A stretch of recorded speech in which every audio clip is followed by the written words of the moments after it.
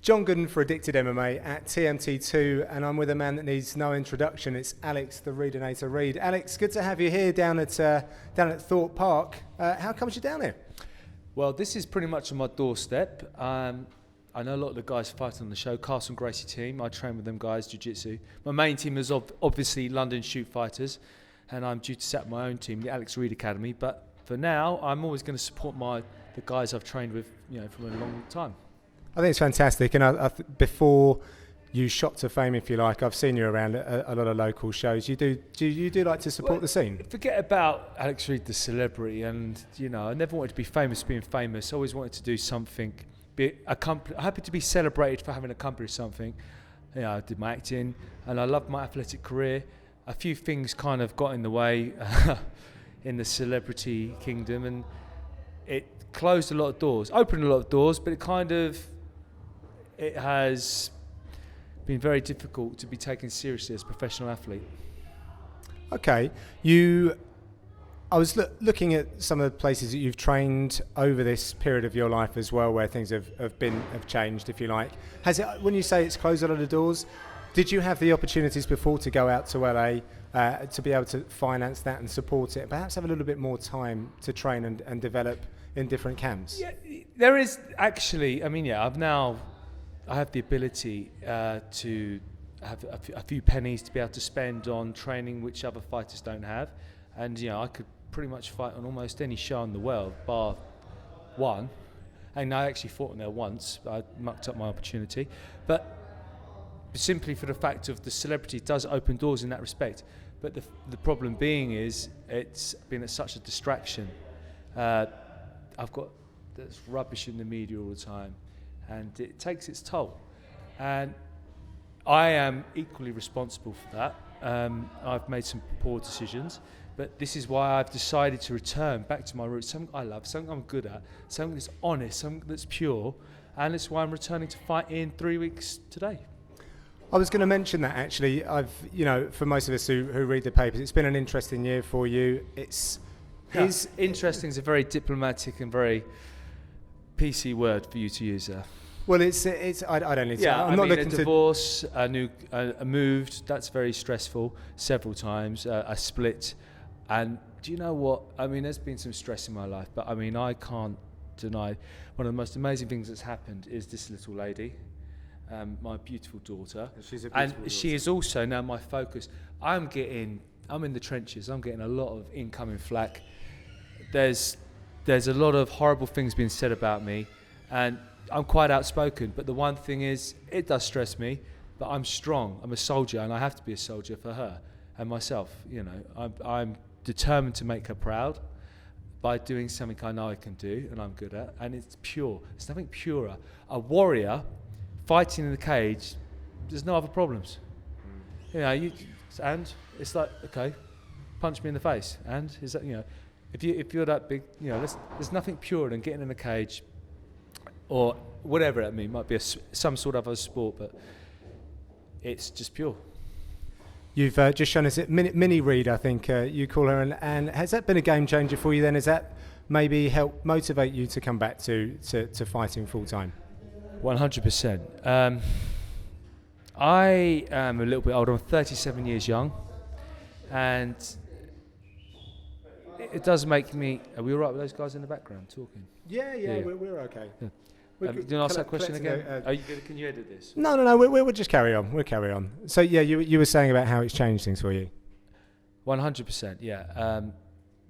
It's made me realise what's important in my life. First and foremost, she is important. Second is my career and my credibility to be able to feed her. Obviously, I love myself, and that's a good thing. You've got to love yourself. Who else is going to love you, especially at the moment? I've got a lot of support. I've got a lot of hate. I remember I wouldn't say my last fight, but the fight that everyone remembers, Tom Watson. I was booed. I was punched going to the ring. It was like the hate, and I feel so proud because my goal there wasn't to win the fight. It was to inspire, and I won that hands down. Actually, it was split. I thought maybe I could have won this, possibly, but I set out what I achieved to accomplish that. And to me, that's the biggest win. It's like a Rocky film, like when he fought Ivan Drago. They're all cheering me. I was like, it was fantastic, even though I lost. It was a real spectacle of a fight, and I don't think, even in the purest sense of the word, I think a lot of people supported the fact that you came through such a hard battle, and Watson is a legitimate opponent. So Yeah. I think you earn a lot more fans there than maybe you give yourself credit for. But let's move on to the fight that's ahead, and maybe then this is just the tonic that you need personally. Absolutely. You know, I've been out of shape. I've been soft. I talk in very military terms, being an ex-soldier. I feel like a civilian. I feel soft. I've let myself go. Celebritydom has made me very soft. It's easier. When you can earn more money in a fight, in a photo shoot, it kind of makes... And I want to provide for my daughter now, but there's different reasons now. I don't want to be in these magazines and in these papers. And I'm all right if they're saying nice things, but I get offered stories every single week, but I don't want to say horrible things about people. Yeah, it kills me here. I might make a few quid, but then how long does that last? I believe in myself. So fighting offers me the opportunity to, do something I love, and to make a few pennies, and to get myself out of, I feel like a rut. And I'm scared. Actually, I'm scared. I've got more to lose, I feel, fighting Sam Boo, my next opponent, than fighting a Tom Watson. He's not on the same level as a Tom Watson. And I've fought some of the best people in the world. I mean, he's hungry. He's 6 wins, 6 losses. You know, I'm 10 wins, 9 losses. So on paper, it looks good. I mean, I've not been in it. And as you can see, I've got a little scratch. Who's responsible for the scratch? That was Arunas. He's actually a world champion MMA fighter. Okay, you can give him that. There's tough guys at London Shoot Fights, and they're is. being kind to me. Yeah. And I'm like, I had my first full spar, MMA spar, in over a year on hard sparring at London Shoot as well. Yeah, and you know, I just didn't want to spar. I was scared. I was actually scared. I'm a hands. I'll admit that. But Reidinator came out. You know, he actually came out after a while. And I was like, right.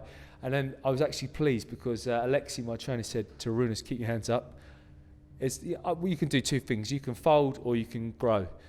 And I have the purpose and the motivation now to grow. When I fought Tom, I had such purpose. I've fought other fights and I've not really had purpose, but there was so much going on in my life in the background. It's more than just a fight now. It's not like I'm fighting the media, but I feel like I have to prove something. Does that give you renewed focus then? If all of these different tenets that are sort of happening around it, does that allow you to focus more, or will that maybe work against you? It's definitely working against me. I mean, it's stressful. I get Google alerts. I'm strong. I am resolutely strong. I employ mind coaches, EFT coaches, hypnosis, sort of stuff. But it's still, when you're getting bombarded with hate from the press, from the media, it does affect you, and it does. The great thing is, I go into the gym. I'm not Roxanne. I'm not Reidinator. I'm not any of these personalities that I've been portrayed to be. I'm just Reedy, and I'll get shouted at and screamed at and told off. It's great. They don't care. These guys love me. They've known me for over 20 years. They've been through my professional career. They've got my back. So it's actually nice. It's a home from home. It's a painful home sometimes, but when all of the crap I'm getting, all of the punches I'm taking from the media, it's reassuring. And I guess if there comes a time when you can't do it physically, then that I think that hurts even more, perhaps. That's good. You know, it's good to be here because there's a group of guys. I've been in this game I've been a pillar of the MMA community in the UK. Oh, for sure. I've been here since I was turned professional in '98, and I just saw Neil McLeod walking past, and it's a nice feeling. This is the thing. The guys who know me, they all support me, and like that. What was your question? We just had some guys walk past, and I'm like, it's great. You know, it makes me feel at home just being here. Yes, it's safer environments. This is a safe environment. It really is a safe environment. Okay.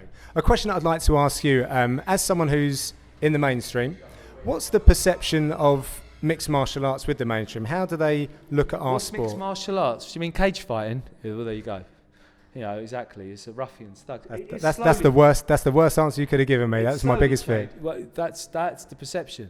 You said it. You know, I don't know. I used to fight this corner for so long. I've been as an authority in the media on if they're going to get a cage fighter. No, we're mixed martial artists. And I've been on the BBC several times on different ITV programs and fighting this corner. And there's a point where I'm like, okay, Yes, cage fighting. Okay, yeah, but You've conceded. a little bit, because I think what we need is more athletes, not thuggish, steroid-looking, pumped-up doormen with tattoos. And there are, if you get some people who talk elegantly, I am a dimwit. I'm not a dimwit. I am the cross-dressing cage fighter, monkey boy, and you can understand it. But I'm actually very passionate about this sport, and I can talk congruently on any aspect of mixed martial arts. And I think you have to be quite intelligent to be a successful athlete, because you have to master. You're a chess player. You have to master athletics, sports psychology. To make a living, you've got to contend with making a few pennies. How are you going to sell yourself? Marketing, all this persona. There's a lot of different aspects there, while also contending with a family, the emotional life, the turmoil of not sometimes making money at a detriment, because you're at a detriment of making money because you want to train so much. There's not much money in this sport. These guys, I don't know what they're getting. A few £100 here. Yeah. It's not, and it's a shame, because we are the best athletes, in my opinion, on the planet. Look at football 20, 30 years ago. They didn't get paid anything. Yeah. What do they get paid now? This is what we've got to be doing here in MMA. And I hope, with my celebrity, to be a pillar and a fighter for that corner, for our corner, to push that forward. Yeah, I'm getting a lot of flack, but that's one of the little things that keeps me going. Okay. Oh, we need that. We need that. I don't know if you've got your finger on the pulse. Have you heard about Safe MMA, a new initiative for the UK scene? I haven't heard of that one. I'll talk to you about it after. Different projects. There's quite a few. So yeah, there's a medical initiative that's coming out. I think I do know the guy. I did some PR for them. Right. Okay. But I've done PR for a lot of different MMA things. Yeah. I bet. So onto this contest then. How are you going to finish, Sam? Right, Sam. He is, like I said, he's hungry. I've picked someone. They offered me a load of fighters, and I thought, okay. My trainers ultimately don't think I'm ready to fight anyone until February. And I said, look, I want to get... They said, all right, okay, maybe this guy. He's hungry, he's keen, he's fought a guy in my gym and beat him, so there's a little bit of... That doesn't really motivate me, but still, I want to avenge the loss slightly. Maybe some needle. I can play that in my mind, but ultimately, he represents me tuning up and just being out there. It's bloody scary, all that crowd booing, cheering, and especially at the moment. And I've been here, boos. It's like whoa, And I need to just get out there. And he's still scary. He's 6 wins, 6 losses. So his experience, he's going to be hungry. He wants to kill me. Of course, he's going to make his name. It'd be a bit like a Rocky for him. Okay. Not that I'm an Apollo, but I do understand. When you talk about cage fighting in this country, it's UFC, cage fighting, and Alex Reid. Oh, is that And it's not necessarily a great thing, but I'd like that to make that a great thing. So this is my opportunity to get back into it. Fantastic. Well, look, you're missing some of the action up there. Thank you. I really appreciate the honesty and for taking the time to speak to us. Wish you all the best at BAMMA, and I hope you come away with that victory. I will. I promise you. Thank you.